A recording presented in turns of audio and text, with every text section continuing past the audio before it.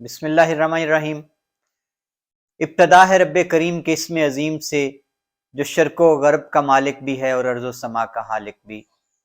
درود و سلام شان کائنات جان کائنات نبی مکرم حضرت محمد مصطفیٰ صلی اللہ علیہ وآلہ وسلم پر۔ آپ اس وقت موجود ہیں میرے ساتھ عامر عثمان عادل یوٹیوب چینل اور آفیشیل فیس بک پیج پر۔ کل لندن میں گجرات کے ایک شہری کی تہلکہ خیز پریس کانفرنس نے ایک ہیجان بپا کر دیا، ایک زلزلہ ایوانوں میں بپا کر دیا۔ گجرات کے رہائشی لندن نژاد سید تسنیم حیدر، انہوں نے الزام لگایا کہ عمران خان کے قتل کی منصوبہ بندی، ان پر حملے کی منصوبہ بندی، ارشد شریف کا قتل جو ہے یہ نواز شریف اور مریم نواز شریف کے کہنے پر اس کی منصوبہ بندی کی گئی۔ انہوں نے مزید انکشاف یہ بھی کیے کہ مجھے نواز شریف نے کہا کہ گجرات میں جب لانگ مارچ پہنچے گا عمران خان کا تو آپ نے وہاں ہمیں شوٹر مہیا کرنے ہیں، وزیر آباد میں ہم آپ کو جگہ دیں گے۔ اس پریس کانفرنس نے بہت کچھ کھلا کے رکھ دیا۔ آج اس کا فالو اپ سامنے آ رہا ہے اور خبریں بڑی گرما گرم ہیں۔ جی ناظرین، آج تسنیم حیدر نے مزید میڈیا سے گفتگو کرتے ہوئے نہ صرف یہ کہ اپنی کل والی گفتگو پر قائم رہنے کا یقین دلوا دیا ہے، بلکہ انہوں نے کچھ اور دعوے کیے ہیں، کچھ اور انکشاف بھی کیے ہیں۔ کل جیو نیوز اور دیگر پاکستانی میڈیا، سوشل میڈیا، نون لیگ کا میڈیا سیل، اس پر جو طوفان بپا ہوا کہ یہ الزام لگانے والا شخص گجرات میں خود تھانہ صدر کے 17 افراد کے قتل کے مقدمے میں اشتہاری مجرم ہے۔ اور اس کے جواب میں کیا کہا، یہ چیزیں اب بڑی دلچسپ ہو گئی ہیں، اور آج کی اس ویڈیو میں میں آپ کو یہ بھی بتاؤں گا کہ وہ واقعہ کیا ہے، وہ پس منظر کیا ہے، وہ 16-17 افراد کا قتل، وہ مقدمہ کیا ہے اور اس کا تاریخی پس منظر کیا ہے۔ آئیے سب سے پہلے دیکھتے ہیں کہ کل اپنی پریس کانفرنس میں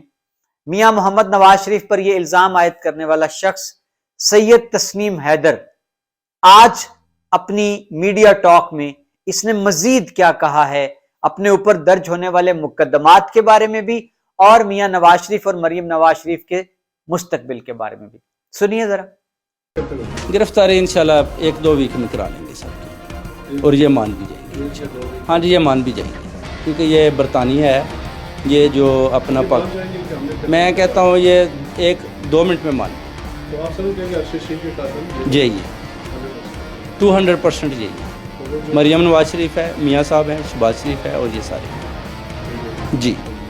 اور یہ پکڑے جائیں گے اور آپ ان کو بہائنڈ بار دیں گے انشاءاللہ اللہ کی جی۔ ہاں جی، اس میں یہ ہے کہ میرے اوپر بیسیکلی وہ FIR نہیں تھیں، وہ سیکنڈ FIR چودھری بجاز صاحب نے میرے اوپر کٹوائی، جھوٹی FIR۔ جی ناظرین، ہم نیوز لندن میں جو ان کے نمائندے ہیں انہوں نے اس کا ایک انٹرویو کیا اور تسنیم حیدر سے بڑے چپتے ہوئے کڑے سوال کیے۔ انہوں نے اس سے سوال کیا کہ آپ کیا دیکھ رہے ہیں کہ آپ نے جو الزام عائد کیے ہیں آپ ان کو ثابت کر پائیں گے؟ تو ان کا کہنا تھا کہ یہ لندن ہے، یہاں سب کچھ ثابت ہوگا، اور مریم نواز اور نواز شریف دونوں کو آپ کچھ دنوں تک بیہائنڈ دا بارز دیکھیں گے۔ یہ نہ صرف گرفتار ہوں گے بلکہ مان بھی جائیں گے کہ انہوں نے ہی ارشد شریف کے قتل کی منصوبہ بندی کی اور انہوں نے ہی عمران خان پر حملے کی منصوبہ بندی کی۔ اور مزید وہ بڑے وثوق سے کہتا ہوا سنائی دیتا ہے کہ صرف 2 منٹ میں میاں نواز شریف اور مریم نواز مان جائیں گے، اپنے جرم کا اعتراف بھی کر لیں گے۔ اور ناظرین، مزید جب سوال کیا ہم نیوز کے نمائندہ نے، جس نے یہ تسنیم حیدر نے خود کو اپنا ترجمان کہا تھا نون لیگ کا لندن میں، تو اس پر انہوں نے پوچھا کہ آپ کا وہ نوٹیفیکیشن کہاں ہے؟ تو اس پر تسنیم حیدر کا جواب تھا کہ میں ڈھونڈ کر دے دوں گا، ابھی مجھے فی الحال کہیں سے مل نہیں رہا ہے۔ بڑی دلچسپ صورتحال ہے۔ اور مزید انہوں نے کہا جی چونکہ جو ناصر بٹ ہے وہ بھی پڑھا لکھا نہیں ہے اور زبیر گل جو ہے وہ بھی پڑھا لکھا نہیں ہے، تو مجھے یہ دونوں کہتے تھے آپ گفتگو اچھی کر لیتے میڈیا کے سامنے تو آپ ہی سپوکس پرسن ہوں گے، یعنی یہ ان کے بقول کے ناصر بٹ اور زبیر گل نے مجھے یہ درجہ دے رکھا تھا نون لیگ کے